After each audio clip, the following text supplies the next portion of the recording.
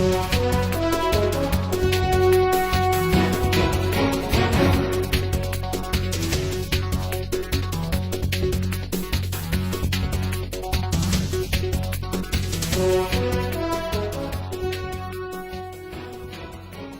this is the Hall Institute's Forum, and my name is Michael Riccards.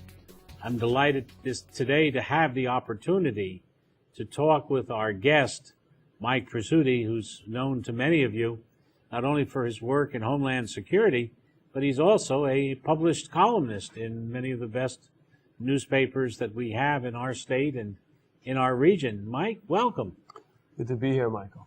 How are you? Tell us a little bit about what you do to pay the bills. And tell us about Homeland Security, the company you're involved in, and where is Homeland Security now on the national agenda? Well, it's still there. I work primarily in New York City. I'm a principal of a company called Homeland Safety Consultants. We do occupational safety and health as well as emergency preparedness. New York City has an incredible model for emergency preparedness in office buildings, what we call Class E buildings, which is a response to 9/11, of course, that every office building in New York City that falls inside of a certain criteria has to have a means of a contingency on what we call CBRN events, which are chemical, biological, radiological, nuclear, and explosions, in addition to, of course, having their typical fire safety rules and regulations.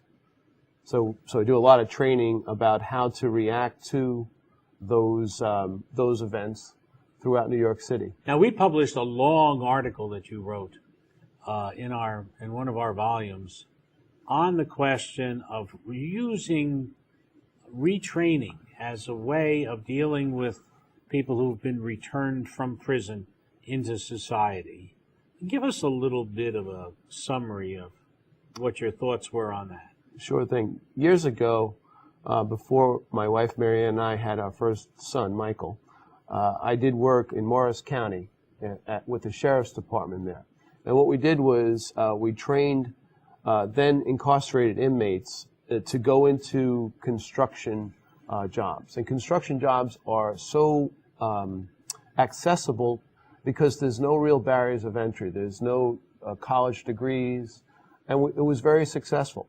And from that experience, I was able to write something or formulate something where you could combine neighborhood rehabilitation and incarcerated rehabilitation into one, where you matched people coming out of prison or perhaps people who'd never entered prison and given them an opportunity to establish the skill sets they need to be in construction.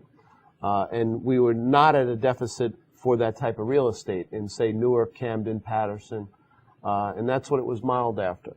And it also had in it that it didn't take. There was no takings involved. There was no eminent domain takings, but rather it was a private development. So you had incarcerated prisoners that cost a whole lot of money to house each year, would never go into the prison system, but would work inside of construction and be trained by experienced individuals, not necessarily vocational technical school teachers, but people who actually do the work. And of course, it would be on an investment basis. So companies would say, invest in, say, purchasing a house or an old building and do a renovation to that building using their resources and these people who would be trained to go into business. One of the big things was that there would be entrepreneurship as well trained, so that you'd have people who would have skill sets and also business skill sets to go into the same neighborhoods that they come from and perhaps turn it backward, rehabilitate the neighborhood as well. Now, is that program still operative? Yeah, matter of fact, I'm very certain that Cory Booker is doing something along the same lines. And I don't know where ideas come from, Michael, and that's okay.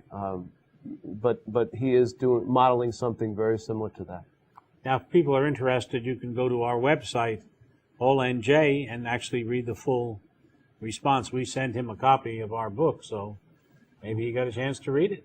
Ronald Reagan once had a little plaque on his desk, and it said, there's no limits to where a person can go if he doesn't mind who gets the credit. And that's fine. Ideas are great. If you put them out there, Michael, and someone uses them, that's just wonderful. But academics believe that attribution is more important than the ideas, so you have to be careful. Yeah. I guess in the world we live in, too, how often do we write something and then see it on a blog right. somewhere, and there goes your copyright. That's right. I remember my daughter, Catherine, sent me a decision by Chief Justice Enquist, and she said, please note that you're quoted in it. I thought, what? So I went down, and he had quoted a book I had written on George Washington, and I got all sorts of angry letters. It dealt with the question of separation of church and state, and I had argued that, in fact, Washington had said, "So help me God," at the end of the oath when he first took it. And boy, I got all of these separation of church and state people, agnostic atheists, who wrote me very, very angry, asking me where I got that from, what source. They went back to the sources and criticized the sources. So ideas are, in one sense, one of the few things in life that are truly immortal. Yeah, I agree. You and I still read John Locke. Absolutely. So there's something to be said for that. Yeah. I'm kind of curious, is Homeland Security, though, less of an issue now that we are so concerned about the economy, the war in Iraq, now the war in Afghanistan? Have we begun to slip or lose our edge after the 9/11 catastrophe?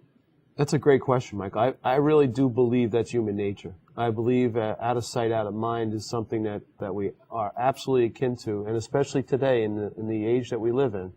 The flavor of the day is the crisis of the day. And you do have a lot of that. You do have where people are forgetting about it. Yes, I absolutely agree with that. Because I see both the Democrats and Republicans are going back to some of the solutions that Roosevelt used during the New Deal. That means more money for construction. And that certainly will help you in the terms that more people are going to be in the construction industry and are going to be needing training. And we'll be right back in a few minutes to really examine that question and many others.